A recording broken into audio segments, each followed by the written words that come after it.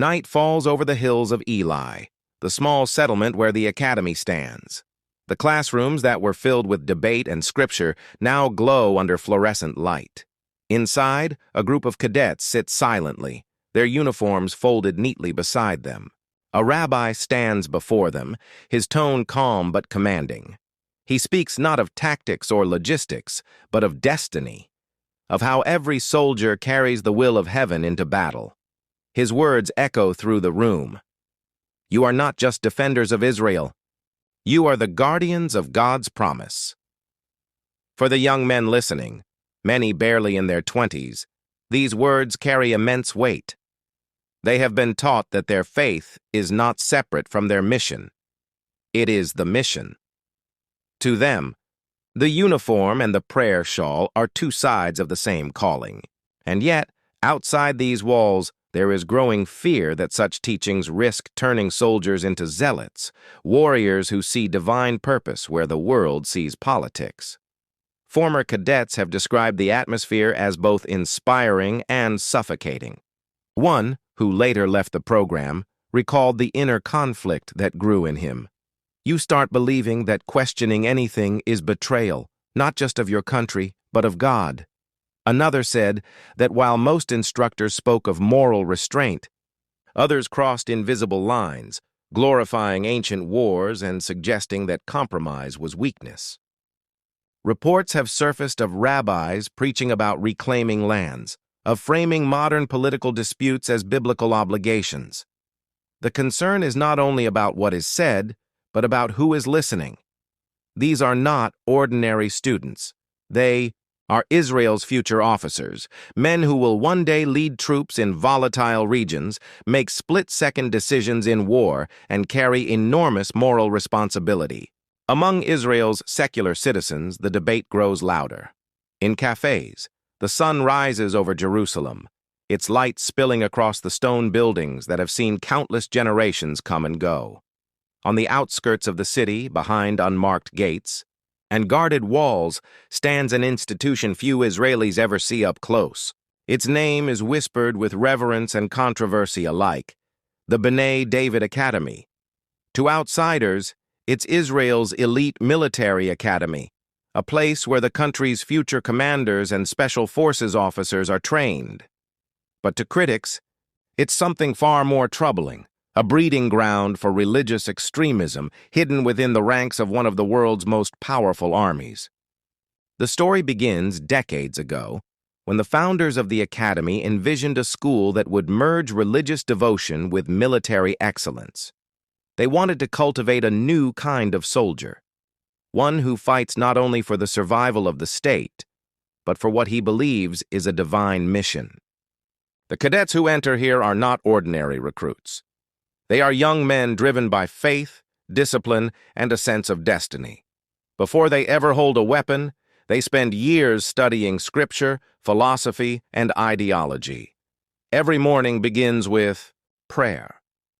Every evening ends with the hum of Torah study echoing through the halls.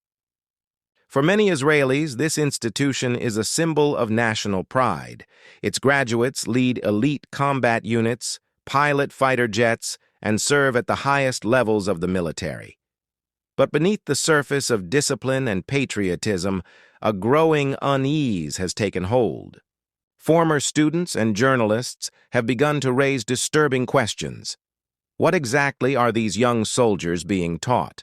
And could the beliefs instilled here be shaping a generation of military leaders who see war not as defense, but as divine duty?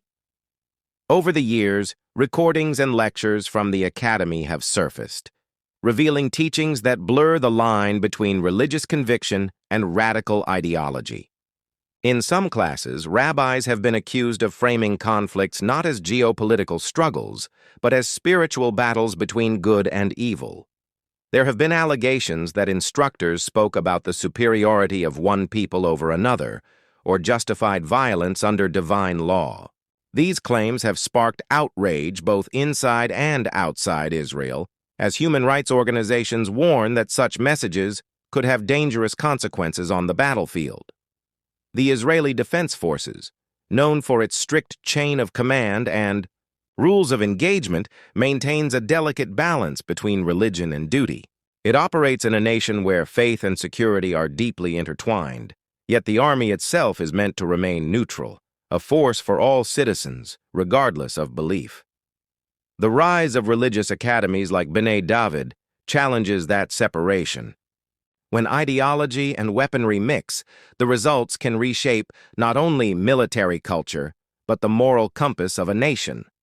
Some graduates of the academy have gone on to express openly nationalist or anti-Arab sentiments, making headlines for statements that fuel divisions within Israeli society.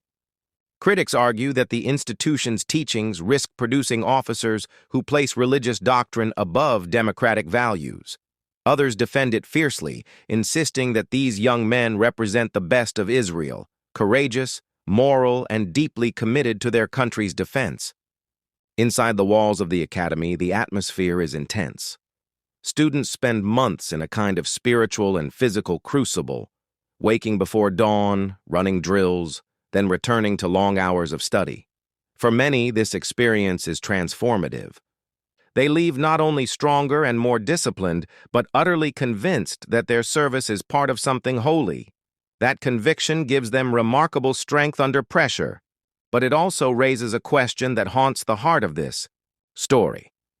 What happens when faith becomes armor and ideology becomes a weapon? The controversy surrounding the academy is not merely about one school. It is about the identity of a nation. Israel, a democracy born in conflict and defined by its struggle for survival, stands at a crossroads. Can it reconcile the demands of security with the ideals of pluralism and equality? Can an army remain neutral when parts of its leadership are shaped by religious ideology? The government's response to these questions has been cautious. Official investigations have been promised, though few have led to decisive action. Military officials acknowledge the concerns, but emphasize the academy's impressive record of producing disciplined and capable soldiers. Meanwhile, religious leaders close to the institution argue that their teachings are misunderstood, that their message is about moral strength, not hatred. But as new generations of cadets pass through these gates, the debate only deepens. Some Israelis see in them the future defenders of the nation. Others see the seeds of a dangerous movement that could transform the military from a state institution into an instrument of faith. Outside, the city continues with its daily rhythm. The markets open, the calls to prayer echo from the minarets, and the hum of life fills the air. Yet behind the academy's guarded walls, a different kind of preparation continues. One that could shape the moral and political landscape of Israel for decades to come. This is not simply the story of one academy or even one army. It is the story of how belief can inspire greatness, and how, when unchecked, it can blur the boundary between devotion and danger. The young men who walk through those gates carry the weight of their nation's survival on their shoulders. But somewhere in the tension between faith and duty, between loyalty and conscience, lies a question that Israel, and perhaps the world, must confront. When does patriotism cross the line into extremism, and who decides where that line is drawn? The sun was beginning to fade behind the Jerusalem hills when David finally stopped walking. The heat had softened, the air filled with the scent of dust and pine, and for a moment, everything seemed still. But in his mind, it was chaos. The argument from the yeshiva earlier that day replayed over and over, the raised voices, the divided room, the feeling that truth itself had become a battlefield. He had always believed that knowledge was light, that if you saw more than others, you had a duty to share it. But now, standing at the edge of the city, he wasn't so sure.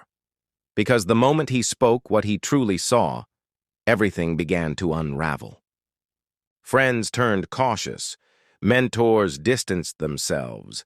Even the people who once praised his insight now watched him with quiet suspicion.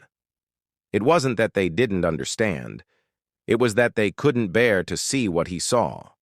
The danger of seeing too much, he realized, wasn't in being wrong. It was in being right too early. The yeshiva had been his world, a place of debate, of sacred text and endless questions. But the debates were never really about truth. They were about loyalty, tradition, safety. The moment he began to ask what lay beneath those layers, he crossed an invisible line. That morning, Rabbi Levin had warned him gently. "David, truth is not for everyone.